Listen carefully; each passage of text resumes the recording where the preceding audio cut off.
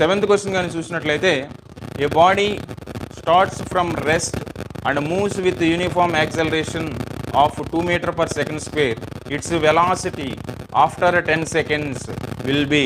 So మనకి ఇచ్చినటువంటి values ఒక్కొక్కటి రాసుకుంటే ఫస్ట్ ఏ వాల్యూ ఇచ్చారు అదెంత అంటే 2 metre per second square. At the same time తర్వాత మనకి ఇచ్చింది టైం ఇచ్చారు 10 సెకండ్స్. ఏ వచ్చేసరికి 2 metre per second square, time వచ్చేసరికి 10 సెకండ్స్. సో ఇంకేం వాల్యూ క్యాలిక్యులేట్ చేయాలి, మనకి ఏం వాల్యూస్ ఇచ్చారు, కావాల్సింది వెలాసిటీ క్యాలిక్యులేట్ చేయాలి. సో స్టార్ట్స్ ఫ్రమ్ రెస్ట్ అని అక్కడ ఇచ్చారు కాబట్టి సో ఇనీషియల్ వెలాసిటీ కూడా మనకి ఇచ్చేసినట్టే అది 0 అవుతుంది. So final velocity v is equal to u plus ఏటీ అనేటువంటి ఎక్స్ప్రెషన్ నుంచి మనం క్యాలిక్యులేట్ చేస్తాం.